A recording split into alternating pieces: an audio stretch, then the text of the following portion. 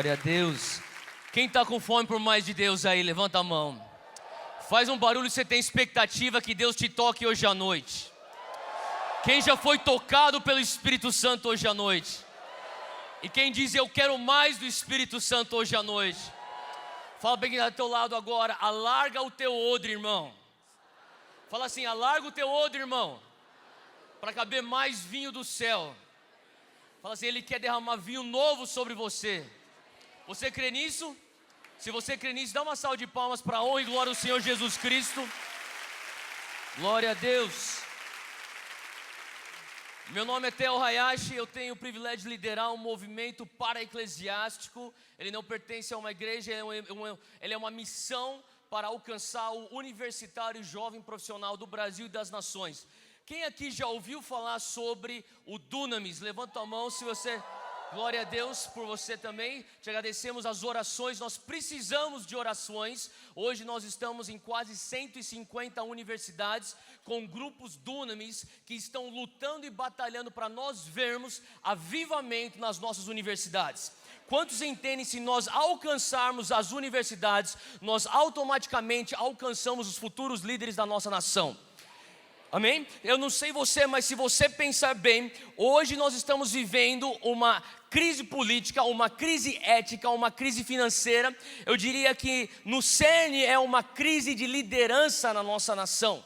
E eu sei que se você tem orado pelo Brasil, você tem clamado, Deus faz algo novo pelo Brasil. Quem crê que Deus ainda tem um futuro brilhante para a nossa nação aí? Glória a Deus, temos a nossa parte a fazer nisso, e eu creio que é quando nós levamos a realidade palpável do reino de Deus para dentro dos futuros líderes da nação. E é isso que o Dunamis quer fazer com as universidades. Eu aos 18 anos de idade, eu cresci e nasci em São Paulo. Aos 18 anos de idade eu tive a oportunidade para estudar nos Estados Unidos, fazer faculdade de psicologia. Quando eu saí, eu falo que eu cresci num lar cristão, na verdade cercado de pastores.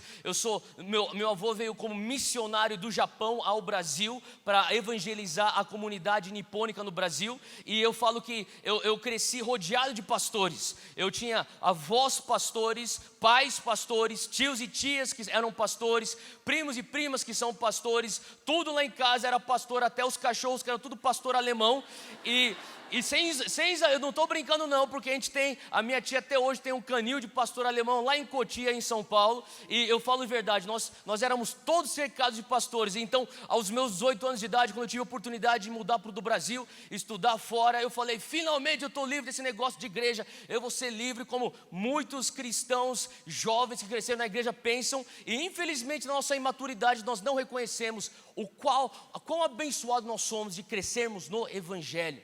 Eu lembro que infelizmente eu me esfriei da fé no meu primeiro ano de faculdade, e eu vivi os meus anos de faculdade como outros universitários que não conheciam Jesus. E foi num dia, no final do meu segundo ano de faculdade, eu tinha um amigo meu que tinha estudado no Brasil junto comigo, e ele falou assim para mim, Theo, traz teus amigos, vem aqui. Ele estava estudando lá na Flórida, fazendo universidade também, ele era brasileiro. Ele falou assim, vem pra cá, cara, a gente vai, tem uma semana, que é uma semana para o universitário americano chamado Spring Break, que é na verdade uma semana de carnaval universitário americano, é só festa, é só farra. Ele falou assim, desce aqui com teus amigos, a gente vai zoar tudo. E eu falei, demorou. E eu peguei 15 amigos meus, a gente se enfiou em 3 carros, a gente desceu a costa. Eu estava estudando no nordeste dos Estados Unidos, perto da Filadélfia. A gente desceu a costa inteira dos Estados Unidos, chegamos lá na Flórida, e era balada após balada. Eu estava muito louco, eu estava completamente longe de Deus. Eu lembro que um dia, era mais ou menos o 4º dia dessa semana, virado, só festa, só balada, só farra. Eu lembro que eu entrei numa boate, estava com meus amigos lá, eu estava muito louco, eu já estava bêbado há mais de 10 horas, estava muito doido, e eu estava lá na pista de dança lá, com a bebida, com os meus amigos, pá, e de repente eu senti uma coisa que eu falei, epa, isso eu já senti antes.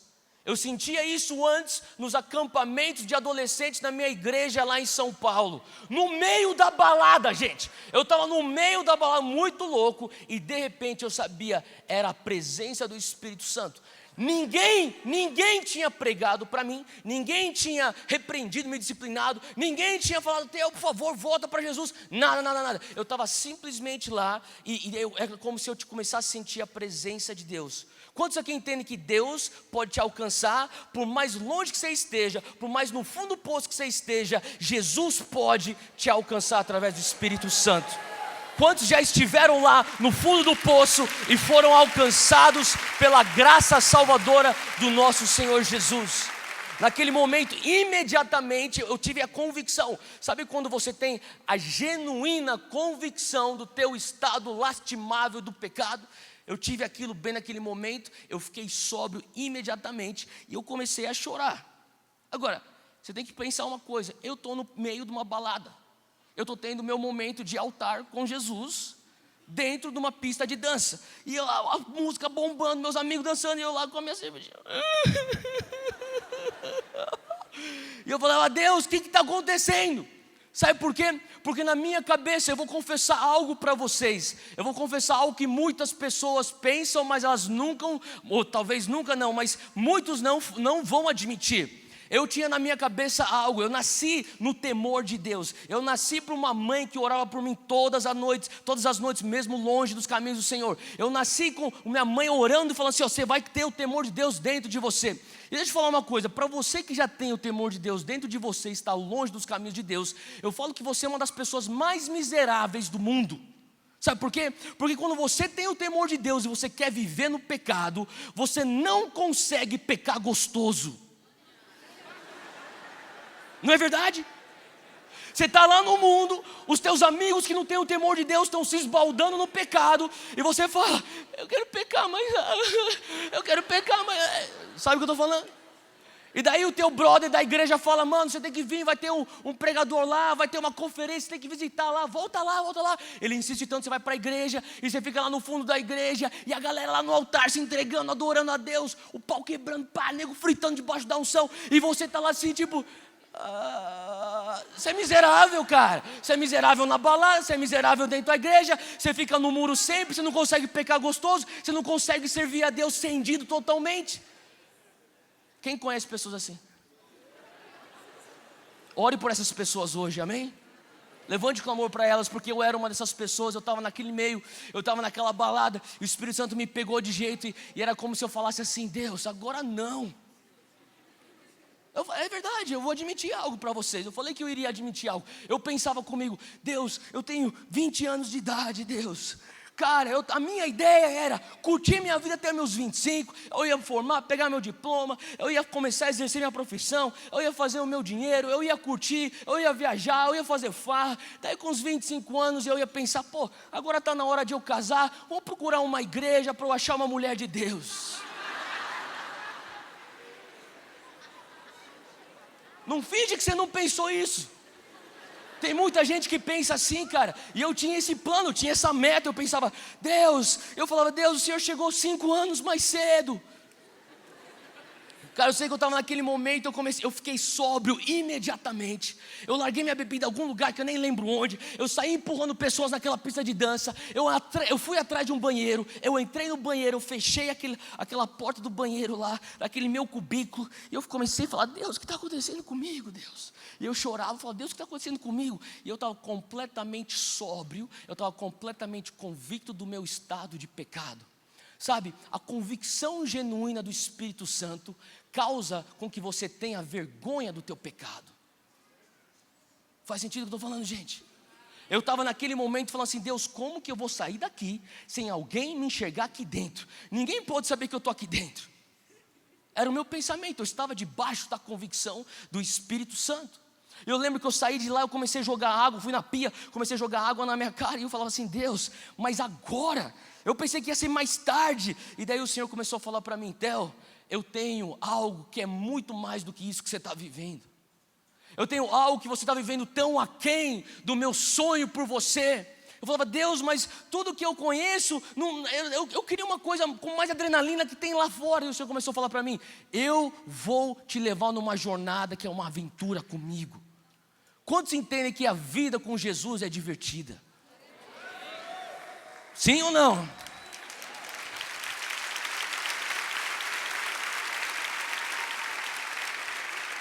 Quantos entendem que a vida com Jesus é cheia de adrenalina e intensidade? Eu nunca disse que seria fácil, porque não é. A vida com Jesus não é fácil, você tem que carregar a tua cruz. Mas eu falo para você, sabe, minha mãe me ensinou isso desde cedo. Ela falava para mim, a vida com Jesus requer sacrifícios. São sacrifícios, pós-sacrifícios, pós-sacrifícios. Mas deixa eu te falar uma coisa, filho. Ela falava, não existe um sacrifício que você vai fazer por Jesus que venha superar a recompensa eterna que Ele tem por você. Então quando você está sacrificando para andar com Jesus, lembre, não existe nenhum sacrifício nessa terra. Pode até doer, te custar alguma coisa aqui nessa terra, mas não existe nenhum sacrifício passageiro que é maior do que a recompensa eterna de andar e carregar a tua cruz com Jesus. Amém?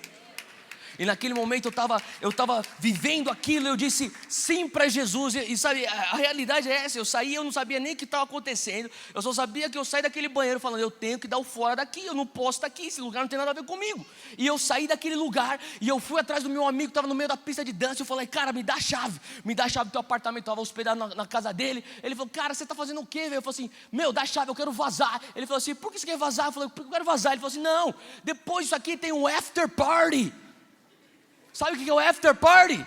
É a festa depois da festa. Eu falei, cara, não faz mal. Ele, não, você não está entendendo. Depois tem o after party. Cara, você não pode ir embora agora. Eu falei, me dá a chave, eu vou embora. Eu arranquei a chave da mão dele, eu saí correndo. Quando eu pus o pé para fora daquela boate, lá em Tampa, na Flórida, eu senti uma voz no meu peito que falava assim, Jocum. Eu não tinha a mínima noção do que era aquilo, cara. Eu comecei a lembrar que só tinha uma menina no meu colégio, lá em São Paulo, lá atrás, que falou desse negócio chamado Jocum. Eu não tinha a mínima noção. Eu saí correndo, fui para o apartamento do meu amigo. Eu entrei no apartamento dele, eu liguei o computador. Naquela época tinha aqueles Pentium. Quem tem aquela... Lembra dessa época? Que você ligava aquele negócio, fazia... Você lembra disso? Agora eu já denunciei minha idade. Mas cara, eu liguei aquilo, enquanto estava ligando, conectando com a internet, eu saí correndo, fui para o banheiro, tomei o chuveiro, voltei, fui na frente do computador, eu botei lá, eu comecei a pesquisar no Google, o que é isso que eu escutei, Deus? E naquele dia, na mesma noite, eu me inscrevi para fazer parte de uma organização missionária e ser missionário para o Evangelho de Jesus Cristo. Essa é a graça salvadora de Cristo. Sabe, é louco você pensar que quando você está dizendo sim para Jesus, para o chamado missionário, há 2 horas antes eu estava numa balada muito louco, perdido longe de Deus. Mas a graça de Jesus faz coisas que você não consegue imaginar. Ela vai sempre superar as tuas expectativas, amém? Fala para quem está ao teu lado, a graça de Jesus é inimaginável e sempre irá superar as tuas expectativas. Você crê nisso? Se você conhece um amigo teu que está justamente em cima do muro, um pé na igreja, um pé fora da igreja, fora dos caminhos do Senhor, ele não consegue viver o mundo, mas também ele não consegue se entregar para Jesus, não deixe de orar por essas pessoas. Eu era uma dessas pessoas, e o Senhor me resgatou de tal maneira, que quando eu falei sim para o chamado missionário na minha vida, eu comecei a entender que o Senhor falava assim para mim, então, você se perdeu, você se desviou dentro da universidade, mas também foi dentro da universidade que você encontrou a tua causa, você encontrou o teu propósito e o teu chamado. E isso foi justamente a história que originou então o Dunamis. Era o pensamento, era a paixão, era o desejo de ver avivamento genuíno acontecendo dentro das universidades. Eu queria que você parasse para pensar, o que seria se Jesus andasse pelas nossas universidades hoje no Brasil? O que seria quando Jesus entra numa UFMG? O que seria quando Jesus entra numa UFRJ?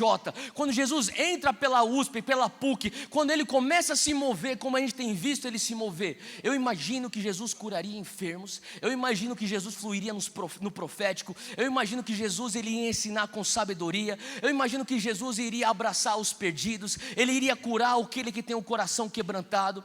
E sabe, nós temos visto isso acontecer no Dunamis pela honra e glória de Deus. Se você é um universitário hoje, levanta a tua mão onde você está. Se você é universitário, deixa eu falar uma coisa, fica com a tua mão levantada, eu vou orar com você daqui a pouco. A tua universidade é o teu campo missionário. Amém? A tua universidade é o teu campo missionário. Ganhe a tua universidade para Jesus e nós iremos ver uma sociedade rendida aos pés da cruz. Ganhe a tua universidade para Jesus e nós iremos ver uma sociedade rendida aos pés da cruz. Eu creio nisso e é por isso que nós estamos fazendo Dunamis. E tudo isso foi só para eu falar um pouco daquilo que a gente trouxe aqui do Dunamis. Sozo, quem de vocês foram abençoados pelo louvor e adoração do Sozo aí? Uma salva de palmas para essa galera aí. Além de serem meus amigos, os caras são homens de Deus. Acabaram de sair com um disco novo, fresquinho do forno, está lá atrás, abençoa essa galera aqui. Esse disco aqui, não só musicalmente é uma coisa assim que eu acho que é demais, mas carrega uma unção também e vai te ajudar na tua adoração. Isso aqui é um outro disco que nós temos, que é do Dunamis com Circuit Riders. Circuit Riders é uma galera missionária da Jocum lá em Kona. A sede internacional da Jocum é no Havaí, e lá no Havaí tem uma galera que está lutando e está se levantando como avivalistas para as universidades. O DNA da galera lá de Kona é muito similar com o nosso, do Dunamis. A gente é muito amigo, a gente tem parceria junto. Nós nos unimos lá na Universidade Presbiteriana Mackenzie, em São Paulo. Nós fizemos uma noite, ou na verdade um final de semana de adoração. A galera veio com a equipe de louvor e adoração deles lá do Havaí, se juntou a nossa lá de São Paulo. Nós fizemos então esse disco, captamos ao vivo esse som de louvor e adoração em inglês e português, alternando os líderes de louvor e música,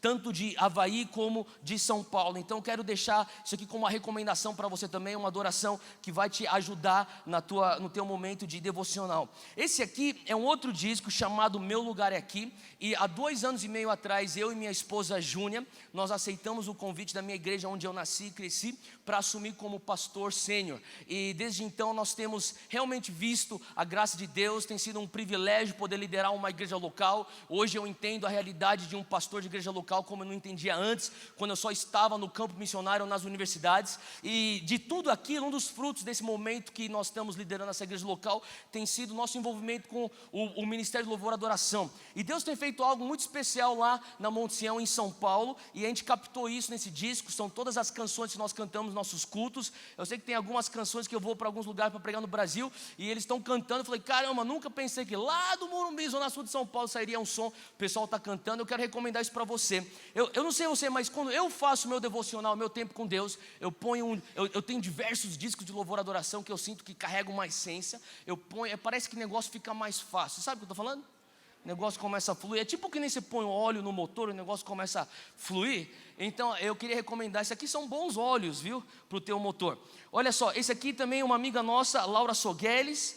Quem aqui conhece a Laura? Isso aqui é um fornalha que nós fizemos juntos, eu e Laura. Eu trouxe a palavra, a Laura fez o louvor e adoração. Tem um DVD também lá atrás. E aqui eu também tenho alguns DVDs de mensagens. São as mensagens que eu tenho pregado por aí. Eu falo sobre o cidadão do reino. Quantos entendem que todos nós somos ministros de tempo integral? Amém?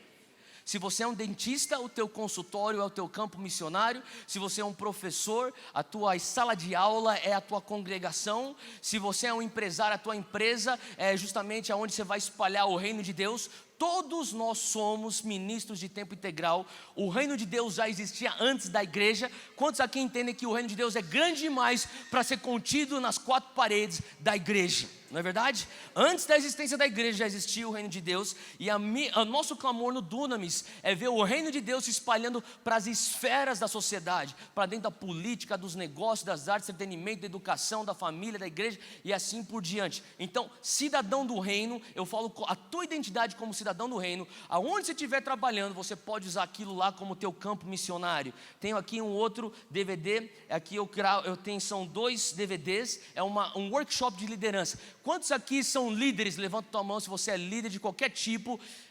Todo mundo deveria estar levantando a mão, porque a tua própria vida você lidera, sim ou não? Ou é alguém que manda a tua vida? Lógico que você vai falar assim, Jesus manda a minha vida. Eu sei, só que você tem livre-arbítrio, não tem não? Então quem aqui é líder, levanta a mão. Tá bom, se você quer crescer na tua liderança, esse lab de liderança é muito bom. Eu fiz esse junto com um pastor lá da Califórnia. Na verdade ele é um consultor e coach para muitos influentes ao redor do mundo. O nome dele é Dave Gibbons. E a gente fala sobre liderança junto com isso. Penúltimo que eu tenho aqui é o Abba Pai. Ele fala sobre o coração de amor incondicional que o Pai tem por nós. Deus quer nos curar de orfandade continuamente, não é verdade?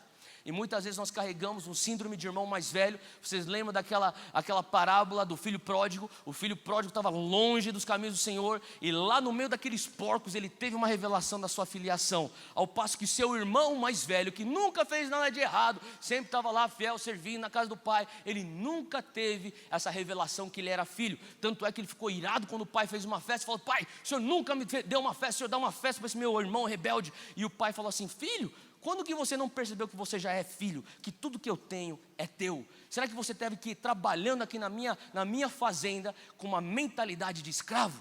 Sabe, tem muita gente que está trabalhando na fazenda do nosso pai com uma mentalidade ainda de órfão, e Deus quer nos curar e nos fazer filhos. Fala comigo: Deus quer me fazer filho. Amém.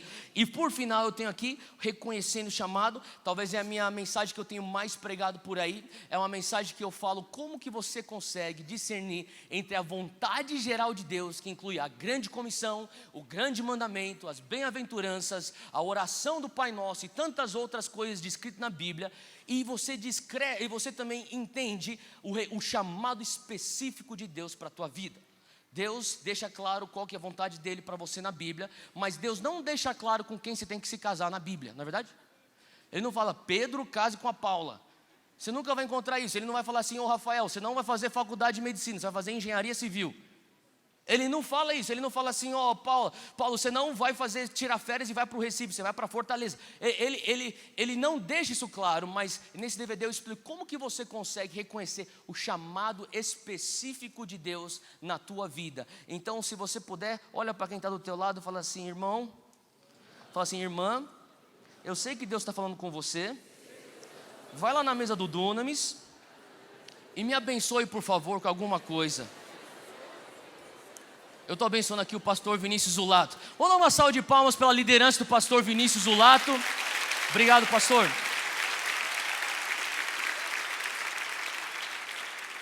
Eu já tenho há muito tempo escutado aquilo que Deus tem feito aqui, através da tua vida, nesse culto. Davi Lago é um dos meus amigos mais próximos. Outros já vieram. Minha irmã voltou algumas semanas atrás falando aquilo que ela experimentou aqui.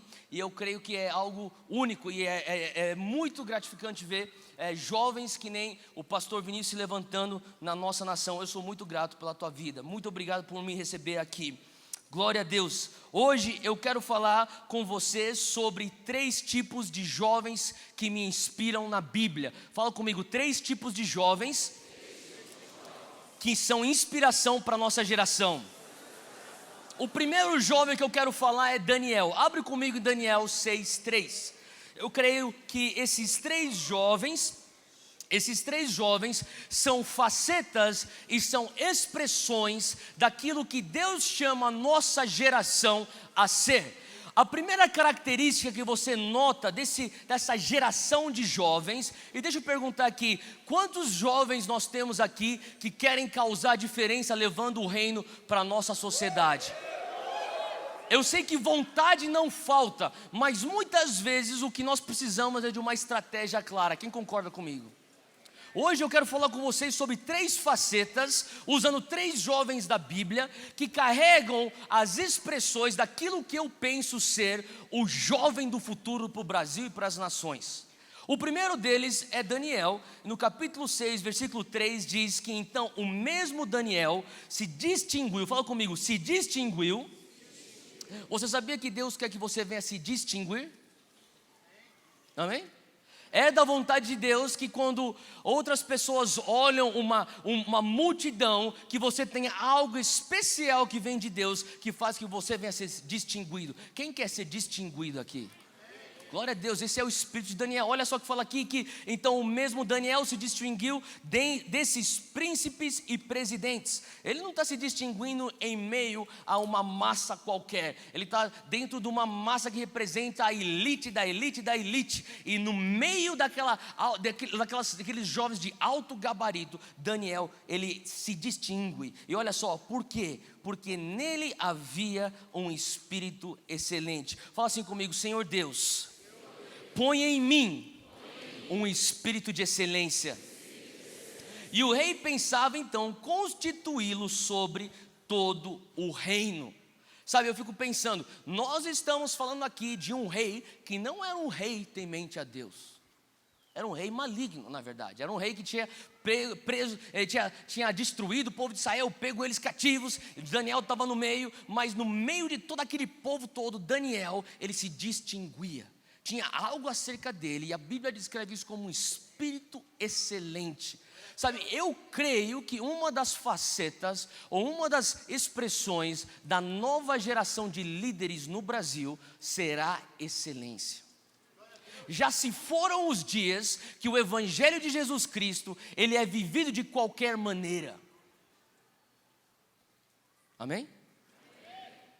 É um momento onde a igreja precisa se levantar para viver o Evangelho de maneira excelente. Como que você vive o Evangelho de maneira excelente? Sabe, eu vou falar uma coisa, muitas vezes eu vou pregar para alguns lugares, e no final do culto vem jovens falando, Theo, eu quero me lançar para o meu chamado, eu quero ir para as nações, eu vou largar tudo que eu estou fazendo, eu vou largar a faculdade, muitas vezes você vê que tem alguns raros casos que genuinamente deve ser feito isso, mas na maior parte das vezes eu falo, para. A coisa mais espiritual que você pode fazer hoje não é você jogar tudo para o alto e sair correndo para as nações sem rumo. A coisa mais espiritual que você pode fazer hoje é ser o melhor estudante que você pode ser.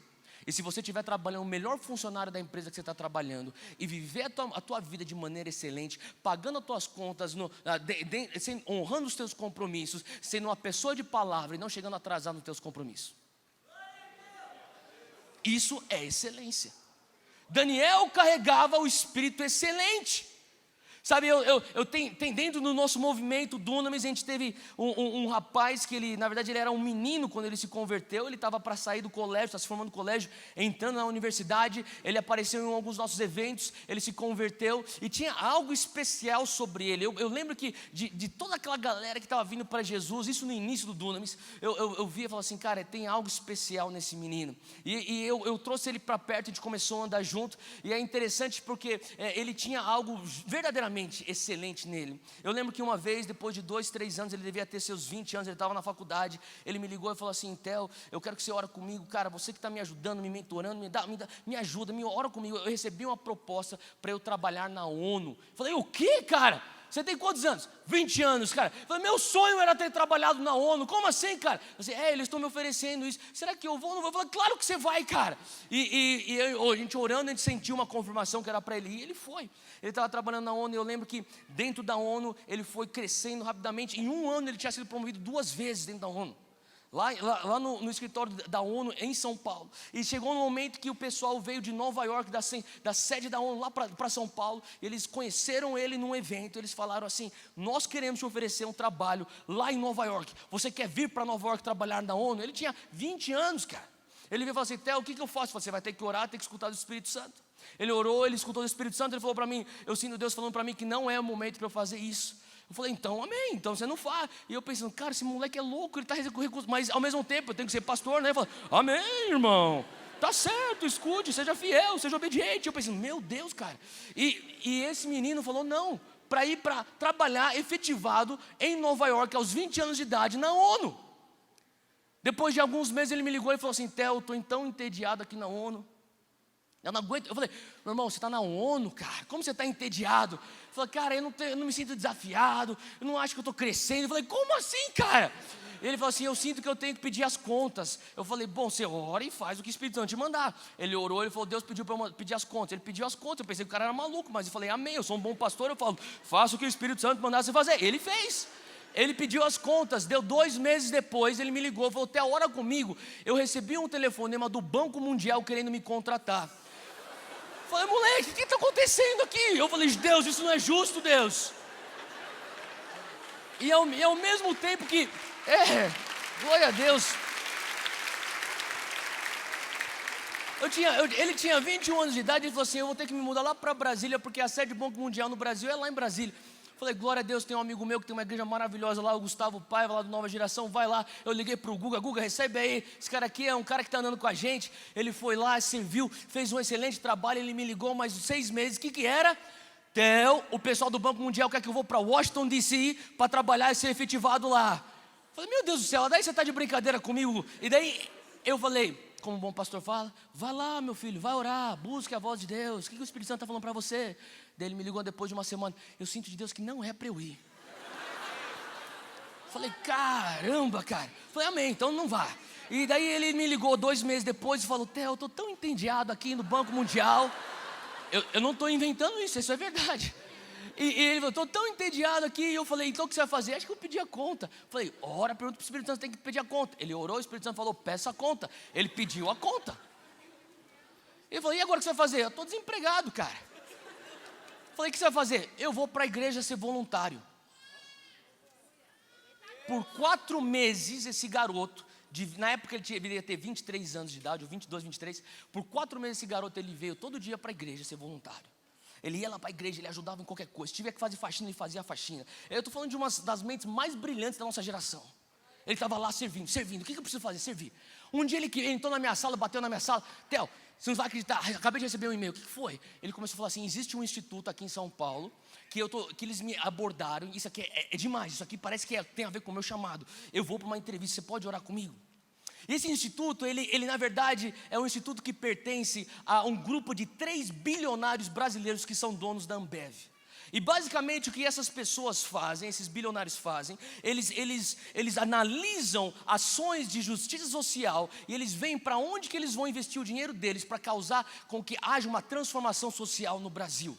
E ele foi lá e sentou, literalmente ele teve uma conversa, ele teve uma entrevista com um desses 3 bilionários que estão entre os top 5 homens mais ricos do Brasil. Ele sentou, ele conversou e no final da conversa aquele homem olhou e falou assim, você é diferente, eu quero você no meu time. Hoje ele está trabalhando com um desse grupo, desses 3, diretamente. E ele tem a oportunidade de estar ajudando para que haja justiça social no Brasil. Mas quantos entendem que pessoas assim são como Daniéis na nossa geração?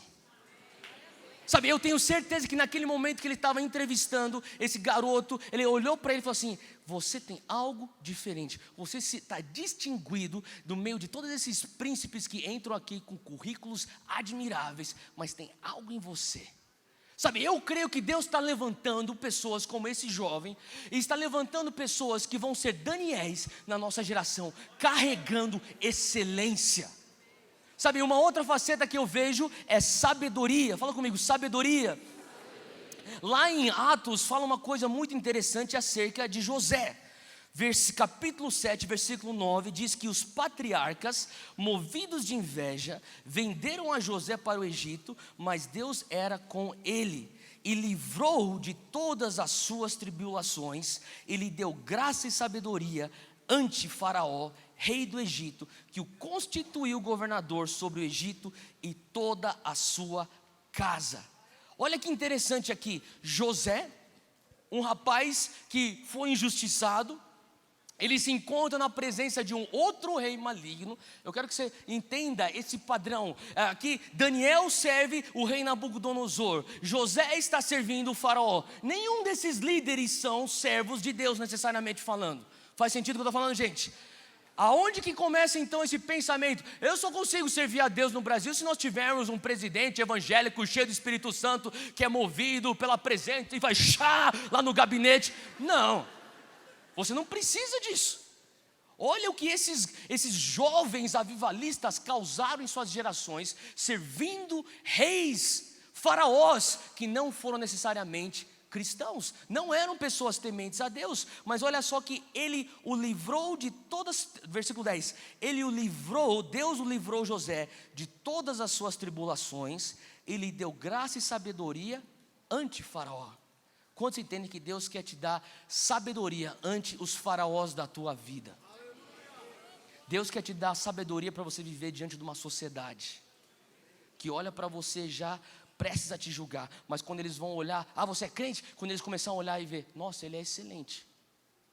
Ele faz as coisas com excelência. Ele cumpre a palavra dele. Ele não chega atrasado. Ele tem as contas dele em dia. Olha só como ele faz. Ele estuda. Olha, ele trabalha, ele é responsável. Quando ele começa a falar, nossa, ele está agindo com sabedoria. Ele não está sendo inconsequente nas suas ações. Ele tem sabedoria. Existe algo que o mundo espera de nós, que eu creio que é essa excelência de Daniel.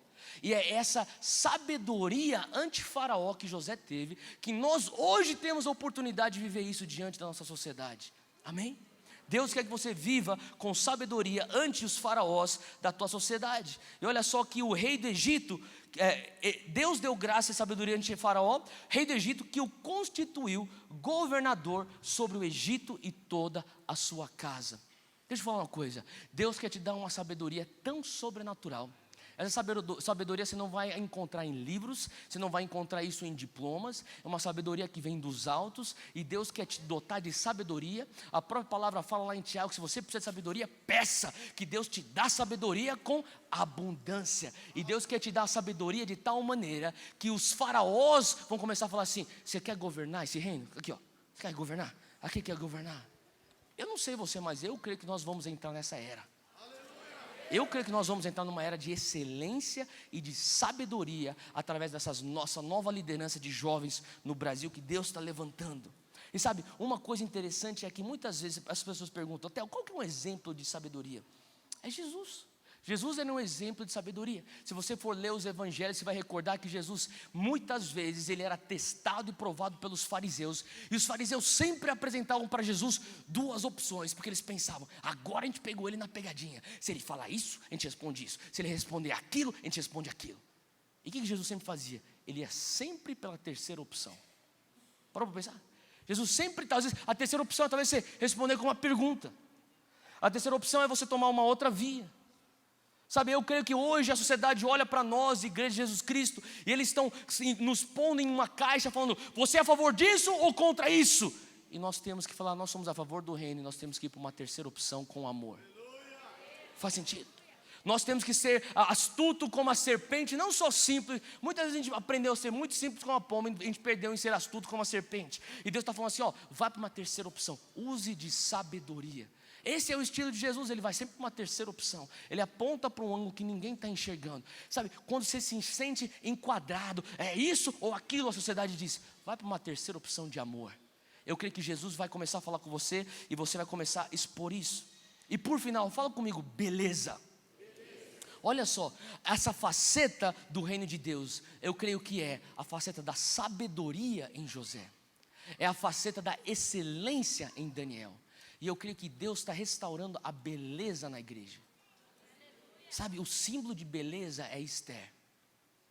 Sabe, por muito tempo nós temos visto beleza, e o inimigo tem sido muito bem sucedido em nos fazer acreditar numa mentira, que beleza é algo superficial. Mas não é. Eu lembro que quase um ano atrás eu estava tirando uns dias de férias com a minha esposa. E o sonho da minha esposa era tirar aquelas férias e ir para a Itália, visitar alguns pontos turísticos. Eu lembro que eu estava junto com ela e a gente entrou numa das muitas catedrais que a gente visitou. E numa dessas catedrais a gente olhava para o teto e tinha pinturas lindas. Eram pinturas tão detalhadas. E o guia turístico estava dando uma palestra, ou falando aquela fala que eles falam, explicando o que está acontecendo lá em cima. E ele estava explicando como que pintaram aquilo, e eu lembro que eu estava lá escutando o que ele estava falando, mas de repente era como se o Espírito Santo começou a me ministrar, e o Senhor começou a falar, você vê o apreço que eles tinham pela beleza? Você vê que eles tinham tanto apreço pela beleza que eles entendiam, se nós fizermos algo belo, quem sabe quando eles contemplarem algo belo, eles consigam ter um contato com o Criador. Muitas vezes a gente pensa que beleza é uma coisa superficial, mas eu estou falando para você, já está acontecendo. Você pode pensar, será até? Eu vou falar uma coisa, a revolução da sabedoria, a revolução da excelência e a revolução da beleza já está acontecendo. Eu tenho visto, tenho viajado ao redor do Brasil, eu tenho visto jovens que estão sentindo a inspiração de ver Deus no design, nas cores, na arte. Deus quer resgatar as artes para o reino dele. Faz sentido? E nem tudo tem que ser dentro do formato evangélico. Amém? Deus está querendo que as artes entrem sendo simplesmente artes para todas as esferas da sociedade. E lá, sabe, a Zoe esteve aqui 2, 3 semanas atrás. Eu nunca esqueço, de uma vez eu estava... A Zoe nunca falava essas coisas para mim, mas que uma vez eu estava em algum lugar e veio uma mulher para mim. Ela falou assim: você é irmão da Zoe? Eu falei: sou. Deixa eu te contar uma história, não sei se ela te contou lá da minha amiga que comprou um quadro dela. A minha irmã, na verdade, antes de ela ser música, ela sempre foi artista plástica. Ela diria que artista plástica seria o ofício principal dela, e depois seria de líder de louvor e adoração. Então, um paraíso para ela ser trancada dentro do seu ateliê, ficar pintando por horas e horas. E essa mulher falou assim: ela já te contou que ela vendeu um quadro para minha amiga? Eu falei: não, eu sei que ela vende os quadros dela, eu nem sei quem são os clientes dela. Eu falei assim: então deixa eu te contar, essa é uma mulher não cristã. Ela falou assim: então, ela vendeu o quadro para uma amiga dela. E daí, a amiga dela é minha amiga. E eu fui um dia visitar ela e a gente ia sair. E quando eu cheguei na casa da minha amiga que comprou o quadro da tua irmã, ela falou assim: ó, eu não estou pronta ainda tenho que me arrumar. Fica aqui na sala, eu já volto, eu vou lá para o quarto, termino de me arrumar e já saí. E eu fiquei lá na sala dessa minha amiga, e eu olhei para uma parede e tinha um quadro. Eu não sabia, mas era o quadro da tua irmã. Falei: que legal, você gostou do quadro? Eu perguntei: não, deixa eu te contar. Eu comecei a olhar o quadro. Eu não sei por que aconteceu comigo, Theo. Eu comecei a olhar aquele quadro e eu comecei a sentir um negócio que eu nunca senti antes. Eu fiquei olhando, era tão belo aquele quadro, e de repente aquele negócio começou a invadir dentro de mim, e eu comecei a chorar. Eu borrei toda a minha maquiagem, que fiquei chorando diante de um quadro. Eu não sei explicar, o que aconteceu comigo? Eu queria falar assim: é a presença de Deus através da beleza. Sabia que Esther, ela é um símbolo de beleza para a nossa geração. E nós estamos numa geração que existem Estéres, que são artistas, que são pessoas que vão expor a beleza para salvar uma nação. Lembre-se que Esther salvou a nação da destruição quando ela vai perante o rei da Pérsia. Mais uma jovem servindo um rei que não tinha os valores do reino de Deus, mas conseguiu afetar uma geração. Excelência, sabedoria e beleza são as marcas do líder do futuro do Brasil. Eu creio que Deus está te chamando hoje para você falar assim: sim para a excelência, sim para a sabedoria, e sim, Deus, eu quero ser um emblema de beleza para a minha geração. Faz sentido o que eu estou falando, gente? Deus está querendo restaurar isso na nossa nação. Deus quer restaurar isso na nossa geração. E eu creio que hoje o Senhor está falando com muitos jovens aqui, porque eu creio que existem jovens que você pode sentir um chamado para o mundo de negócios. Sabe, Deus quer que você venha usar excelência nos teus negócios. Talvez existem jovens aqui que sentem: cara, eu preciso me levantar como uma voz no meio da política. Glória a Deus pelo teu chamado. Talvez você está aqui e fala assim: eu preciso ser levantado como uma voz na artes e entretenimento. Deus quer que você use sabedoria e que você venha ser expressão da beleza dele. Seja qual for a área onde você está sentindo chamado, talvez é na educação, talvez é na ciência, talvez é na medicina, seja qual for, nós precisamos de jovens líderes cristãos entrando em todas as camadas da sociedade, levando o reino de Deus com excelência, sabedoria e beleza. Fica de pé comigo onde você está, eu quero orar com você. Eu creio que hoje é uma noite onde você pode, por fé, receber isso. Amém? Quantos dizem amém para isso? Amém. Glória a Deus. Abre as suas mãos dessa maneira, feche os teus olhos. Eu queria que você simplesmente recebesse por fé. Eu não estou falando aqui de uma excelência humana, eu não estou falando aqui de uma sabedoria humana. Eu estou falando aqui de algo que é sobrenatural. Eu creio que hoje Deus pode causar uma mudança no teu coração, a tal maneira que Ele vai começar a falar assim: ó, muda isso, isso não é excelente, isso aqui não é sábio. Eu quero que você mude teu comportamento quanto a isso. Eu quero que você mude certos hábitos. Eu quero que você vá a fundo em estudar isso, em estudar aquilo. Eu creio que hoje o Senhor está querendo comissionar certas pessoas para lugares diferentes na sociedade. E hoje eu queria começar orando com você. Então, se você puder, receba isso por fé agora. Senhor Deus, eu quero te agradecer por cada jovem líder que está aqui. Eu quero te agradecer, Senhor Deus, porque o Senhor está levantando jovens com excelência na nossa nação. O Senhor já está levantando jovens que vão andar com sabedoria na nossa nação. O Senhor também está levantando jovens que vão ser expressão da tua beleza no nosso Brasil. E hoje nós dizemos sim a isso. Eu peço que por fé, a tua palavra diz que o justo viverá pela fé, ele vai ser guiado pela fé. E hoje nós recebemos tudo que o Senhor tem para nós por fé. Continua com seus olhos fechados. Eu sinto também no meu espírito, no meu coração. Talvez você está aqui hoje e você está sentindo, Deus, eu estou escutando tudo isso que Ele está falando. Eu escutei como o Senhor alcançou ele naquela boate lá na Flórida, nos Estados Unidos. Como ele estava sem rumo e hoje ele tem um propósito. Eu digo para você, eu encontrei meu propósito em Jesus. Eu escutei uma vez uma pessoa dizer que se você não tem algo para morrer, você ainda não descobriu a razão de viver.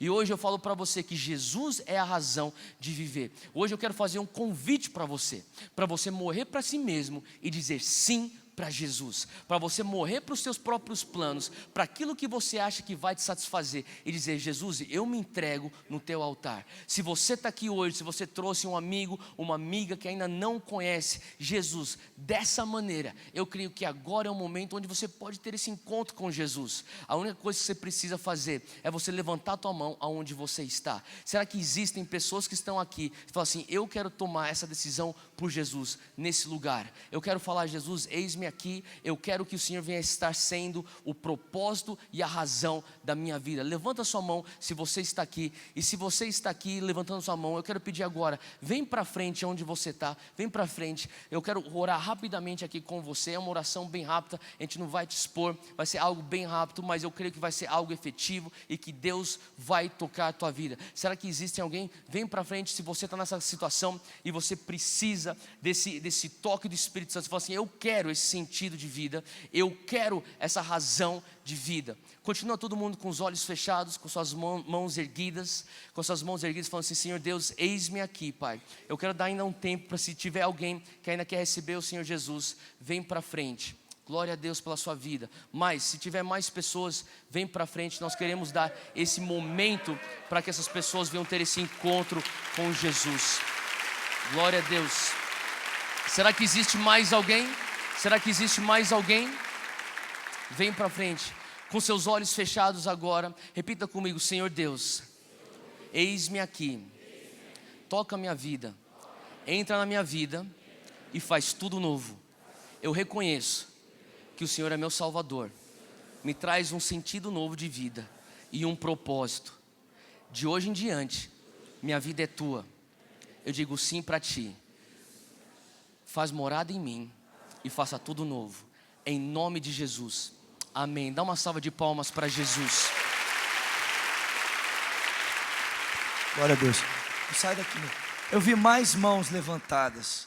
Eu queria convidar você que levantou a sua mão, não fique no seu lugar. Saia daí onde você está. Eu vi mais mãos levantadas. Eu quero convidar você a sair do seu lugar e vir aqui à frente. Nós queremos orar com você.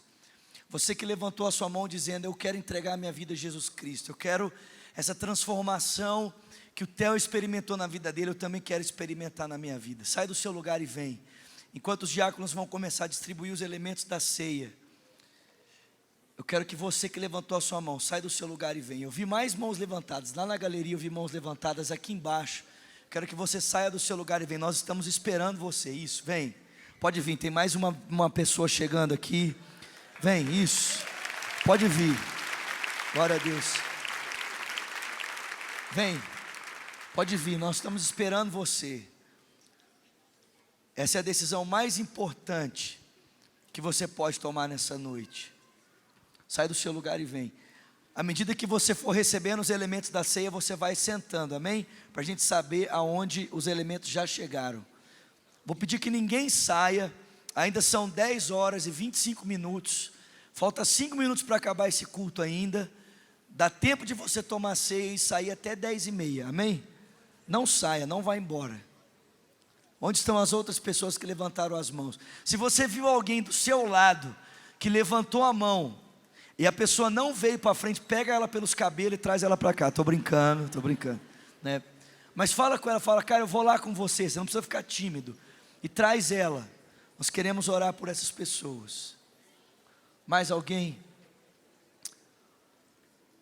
Glória a Deus. Deixa eu dizer algo para vocês que estão aqui na frente. Há alguns anos atrás, eu estava aí onde, opa, quase que eu caio aqui, misericórdia. Eu estava aí onde você está. Assim como vocês, eu tomei essa mesma decisão de entregar a minha vida a Jesus Cristo. E eu posso dizer para vocês que depois desse dia, minha vida nunca mais foi a mesma. Assim como a vida do Theo foi totalmente transformada, a minha vida também foi totalmente transformada por Jesus. Eu quero dizer que nessa noite vocês não estão entregando a vida de vocês para um pastor, para uma igreja ou para uma religião. Vocês estão entregando a vida de vocês para Jesus. Jesus vivo, ressurreto. E esse Jesus que tem transformado a nossa vida vai transformar a vida de vocês também. Amém? Glória a Deus. Estenda suas mãos para cá. Vamos orar por essas pessoas. Pai, nós queremos te agradecer por essas decisões nessa noite. Por esses que vieram, ó Deus, até esse altar para dizer, para confirmar a sua decisão.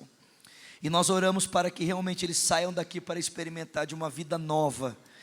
Como nós ouvimos nessa noite, encha-os de excelência, de sabedoria, de beleza, Senhor. Que a vida deles seja uma vida bonita, Senhor, diante das pessoas, para que Cristo seja visto e conhecido através da vida deles. Nós oramos e os abençoamos em o nome de Jesus Cristo. E quem concorda, diga amém. Amém. Vou pedir só mais 2 minutinhos da sua atenção. Se você nos permitir, nós queremos anotar alguns dos seus dados pessoais, seu nome, seu telefone. Por quê? Porque queremos ajudar você na caminhada cristã. Ninguém caminha sozinho, nós queremos ajudar vocês. Se vocês nos permitirem, eu vou conduzir vocês a uma sala aqui à minha esquerda. Esse pessoal de colete vai anotar o nome de vocês, e assim que terminar vocês podem voltar, nós vamos estar aqui ainda. Tudo bem? Pode ser? Glória a Deus. Os que ainda podem, vamos aplaudi-los, por favor. Glória a Deus.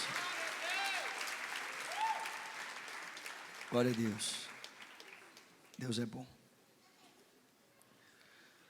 Deus é bom. Me dá o meu iPad, por favor. O iPad. Ficou aí em algum lugar. Ah, está aqui. Desculpa. Em 1 Coríntios capítulo 11.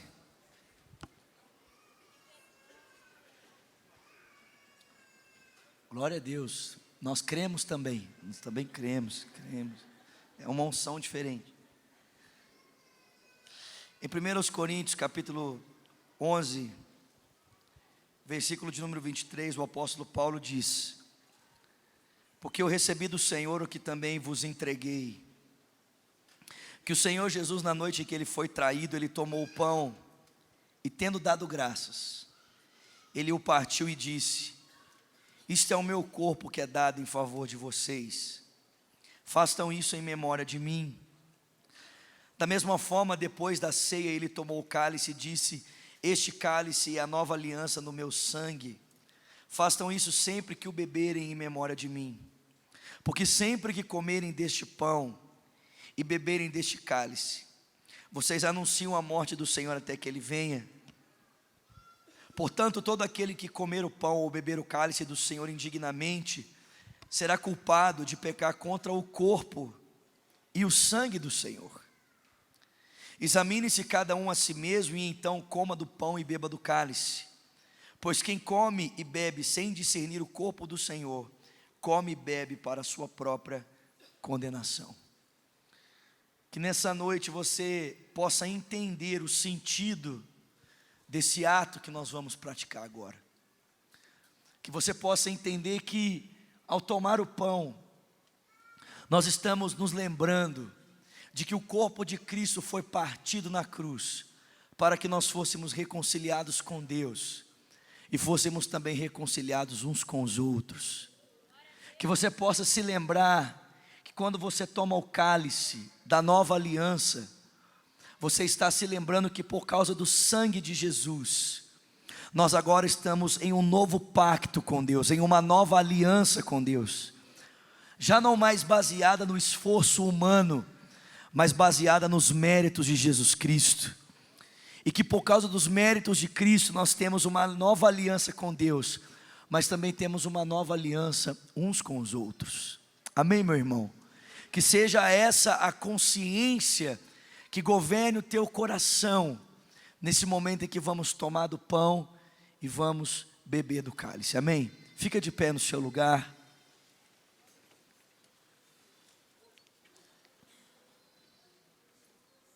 A ceia não faz sentido para pessoas que se recusam a perdoar. A ceia não faz sentido para pessoas que levam mágoa, amargura, ressentimento no seu coração, porque a ceia fala de reconciliação.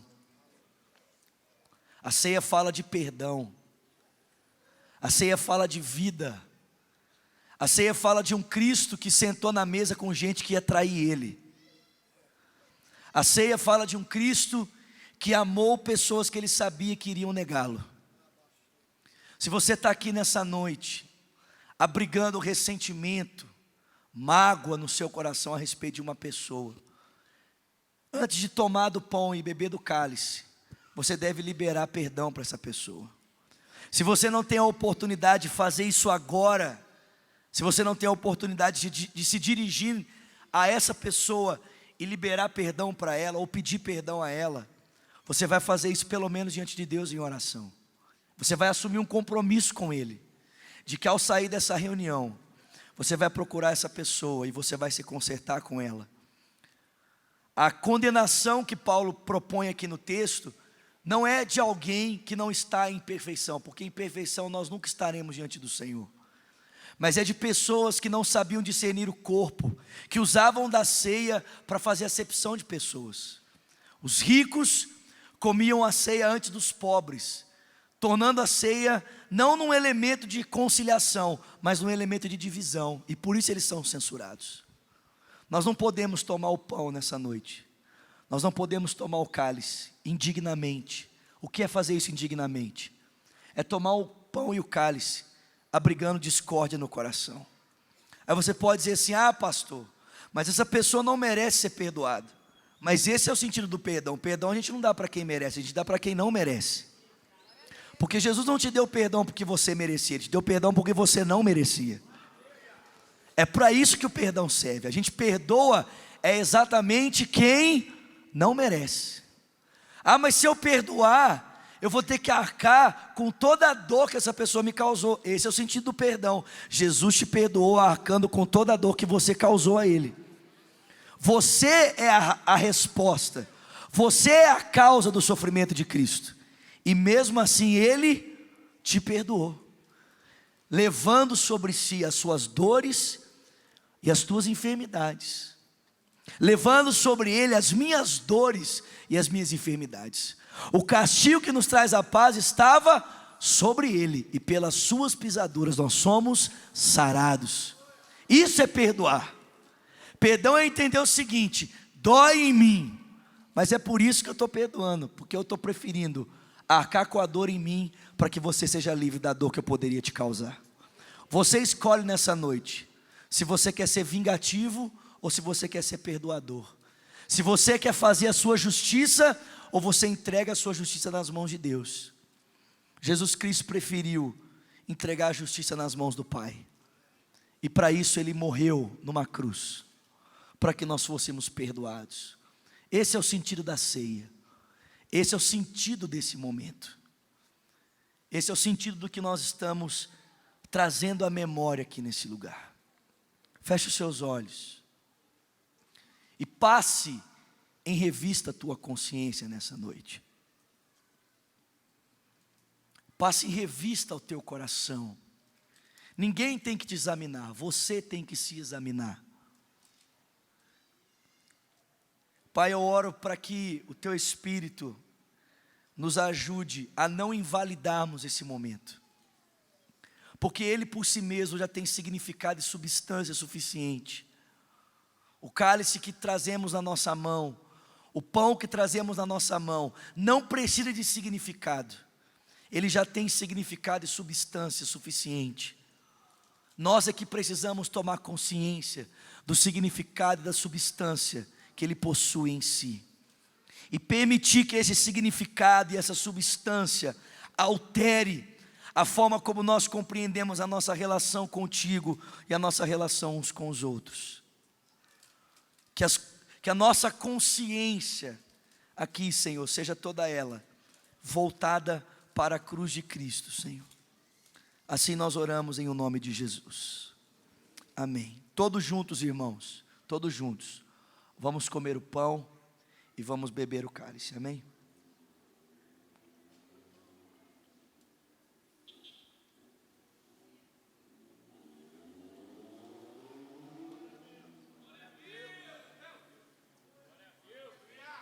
Levanta o seu cálice vazio, porque ele está vazio para que você seja cheio de vida. Assim como um dia Jesus se esvaziou para que nós fôssemos cheios de vida, esse cálice está vazio, trazendo à nossa memória que um dia Jesus se esvaziou para que nós tivéssemos vida e vida em abundância. Agradeça a Ele nessa noite, querido. Abra os seus lábios e agradeça ao Filho de Deus. Vamos, com poucas palavras ou com muitas palavras, agradeça ao Filho de Deus nessa noite. Pai, nós te agradecemos. Obrigado porque pela morte do seu Filho nós temos vida, Senhor. Nós te damos graça, Senhor. Que a graça do nosso Senhor Jesus Cristo, que o amor de Deus o Pai, a comunhão e o consolo do Espírito seja com o povo de Deus, aqui e espalhado em toda a terra, desde agora e para sempre. Quem crê, diga amém. Amém.